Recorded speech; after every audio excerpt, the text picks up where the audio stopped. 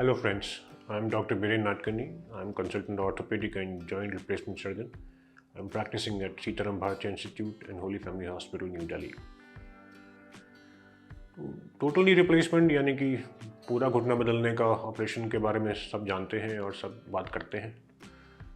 मेरा आज का वीडियो जो है वो पार्शियल नी रिप्लेसमेंट या यूनी कंपार्टमेंटल नी रिप्लेसमेंट के बारे में होगा और दोनों के थोड़ा सा जो फ़र्क है, दोनों के जो बीच में अंतर है उसके बारे में हम बात करेंगे।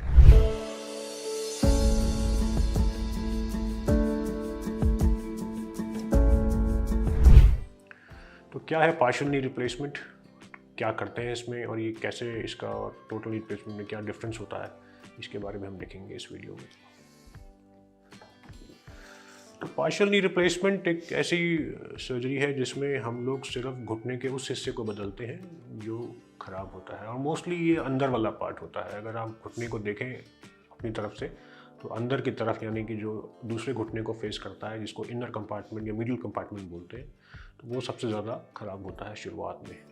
कई लोगों को इसके साथ में बोन ऑन बोन आर्थराइटिस हो जाता है। अगर एक्सरे देखें तो हड्डियाँ आपस में बिल्कुल दोनों मिल जाती हैं और मोस्टली आर्थराइटिस हमेशा जो हम देखते हैं वो इनर कंपार्टमेंट से स्टार्ट होता है।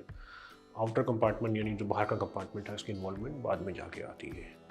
तो ये कुछ सबसेट ऑफ पेशेंट्स हैं जिनके घुटने में ये दिक्कत है और उनको ये प्रॉब्लम अगर सही समय पकड़ी जाए, या ऐसा नहीं है कि ये सही समय की बात नहीं है, अगर आगे जाके भी हम देखते हैं कि किसी को इन्वॉल्वमेंट सिर्फ इनर कंपार्टमेंट की या मिडिल कंपार्टमेंट की है, तो ऐसे पेशेंट्स जो हैं they are good candidates for partial knee replacement as compared to a total knee replacement.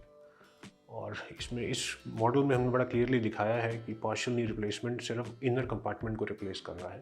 Outer compartment जिसको प्रॉब्लम नहीं है, उसको हम नहीं छेड़ते इसमें। तो कौन से पेशेंट्स हैं जो इस सर्जरी के लायक हैं, जो इस सर्जरी के कैंडिडेट्स हैं। उसमें स्पेशल इंडिकेशंस हैं इस सर्जरी के लिए। उसमें हम उन्हीं को फेवर करते हैं जिनका एक कंपार्टमेंट इन्वॉल्व है।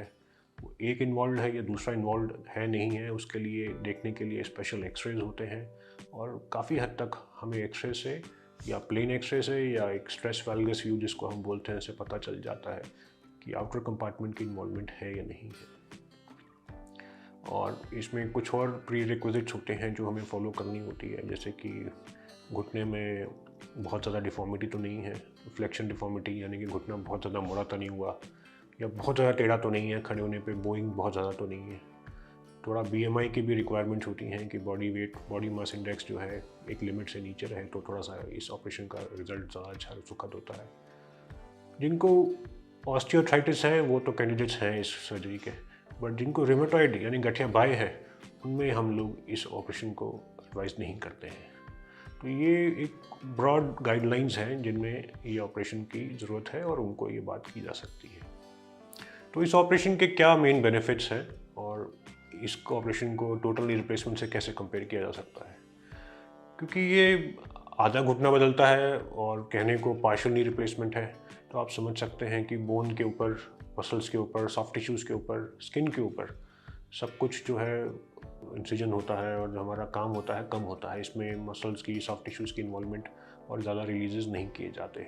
इसके लिए कुछ प्री रिक्विजिट्स हैं जो हम फॉलो करते हैं। अगर हमारे को दिखता है कि ये पेशेंट उसके काबिल है, स्पेशली अगर उनका लिगामेंट, स्पेशली जो ACL लिगामेंट है वो बाकायदा काम कर रहा है, इसका कुछ पार्ट तो एक्सरे से पता लग जाता है और कुछ पार्ट जब ऑपरेशन करते हैं तभी इसका कंफर्मेशन हो जाता है।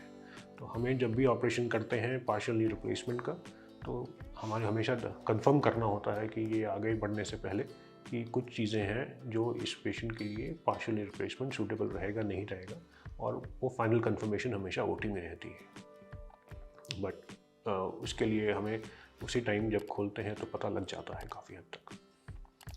और इसके अलावा क्योंकि सब कुछ छोटा है, इंसिजन छोटा है, मसल्स रिलीज़ नहीं होते तो ब्लीडिंग कम होती है, पोस्ट ऑपरेटिव पेन काफ़ी कंफर्टेबल रहता है। और इस सर्जरी के बाद पेशेंट्स को जो रिहैबिलिटेशन होती है, जो उनका फिज़िकल थेरेपी है, वो काफ़ी फास्ट चलता है और काफ़ी हद तक वो जल्दी इम्प्रूव होते हैं। काफ़ी सेंटर्स में तो ये एक तरह से डे केयर की तरह भी होता है बाहर की सेंटर्स में, और हमारे भी सेटअप्स में इसमें हम पेशेंट को नेक्स्ट डे तक डिस्चार्ज कर देते हैं। तो What can patients expect during the recovery period from partial knee replacement? Partial knee replacement के बाद उनको क्या लगता है, रिकवरी कैसी रहती है? इसकी recovery as compared to total knee थोड़ी फास्टर होती है। काफ़ी लोगों को इसमें थोड़ा नेचुरल फीलिंग इसलिए ज़्यादा आती है क्योंकि इसमें पूरा घुटना नहीं चेंज होता है और इसमें बहुत ज़्यादा लिगामेंट रिलीजेस और सॉफ्ट टिश्यूज़ पे भी काम कम से कम करना होता है। क्योंकि ये सब चीज़ें कम होती है तो जो इन्फ्लेमेशन होता है सर्जरी का वो कम रहता है, तो पेशेंट्स को कम दर्द, कम डिसेबिलिटी रहती है और मोस्टली सारे काम बहुत जल्दी शुरू कर देते हैं। खड़े होने से लेके बैठना, अपनी नॉर्मल लाइफस्टाइल में जाना काफ़ी जल्दी होता है इससे। और अगर पूछें कि पार्शियल और टोटल का जो कंपैरिजन है वो मैं एक मॉडल के थ्रू दिखाना चाहूँगा आपको। वही ये दोनों मॉडल आपके सामने हैं। ये टोटल नी रिप्लेसमेंट है जिसमें पूरा घुटना बदला है और ये पार्शियल नी रिप्लेसमेंट है जिसमें हाफ नी या पार्शियल नी या इनर कंपार्टमेंट सिर्फ बदला है। दोनों का डिफरेंस आपके सामने है और ये कहने की बात यही है कि जब तक पार्शियल हो रहा है और जिसमें muscle incision, skin incision, soft tissue release और ओवरऑल प्रोसेस कंजर्विंग ज़्यादा होता है, इसमें ज़्यादा बोन्स को ज़्यादा छेड़छाड़ नहीं होती, तो इसमें हमेशा रिजल्ट पार्शियल नी के उस पेशेंट के लिए बाकायदा वो उसके लिए रिकमेंडेड है, उसमें हमेशा रिकवरी प्रोसेस उसका फास्टर रहेगा। और इसमें यही देखना है कि पेशेंट्स को उनको यही बताना है, उनकी इसकी प्रिकॉशंस ऑलमोस्ट सेम रहती हैं, ये टोटल नी के बाद होती हैं। बट हाँ, ये ज़रूर रहता है कि कभी आउटर कंपार्टमेंट में जो कंपार्टमेंट हमने चेंज नहीं किया है उसमें अगर चेंजेस आते हैं बाद में तो क्या इसका आगे क्या रहेगा, या किसी और वजह से ये फेल हो जाए तो इसका आगे क्या रहेगा। और स्टडीज़ में हमेशा पार्शियल नी के अगेंस्ट थोड़ा लिटरेचर रहा है क्योंकि इसमें ये ऑपरेशन काफ़ी टेक्निक डिमांडिंग ऑपरेशन है और इसमें कम विंडो में, कम उसमें काफ़ी हद तक हमें काम करना होता है।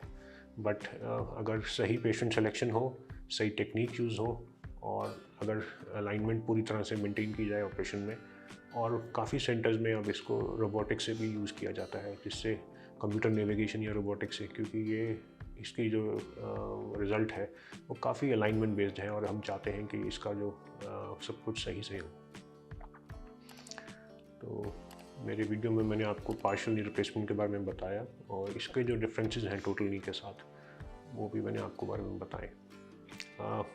कई पेशेंट्स आके पार्शियल नी ही डिमांड करते हैं, जबकि ये बताना बहुत ज़रूरी है कि सारे पेशेंट्स पार्शियल नी के कैंडिडेट्स नहीं होते हैं। ये आपके सर्जन को पूरा वो ही बता पाएंगे कि आप उसके कैंडिडेट हैं या नहीं हैं और आपको इसकी ज़रूरत है या टोटल नी की। इवन पार्शियल नी के टाइम पे भी हमें पूरी तरह टोटल नी के लिए तैयार रहना पड़ता है। कई बार सर्जरी के दौरान अगर हमें लगता है कुछ चीज़ें सूटेबल नहीं हैं तो हमारे को प्लान उसी टाइम चेंज करने की ज़रूरत पड़ सकती है। आपके मन में कोई भी इस प्रॉब्लम के लिए सवाल हो या कुछ प्रश्न हो तो ज़रूर लिखिएगा। Thank you.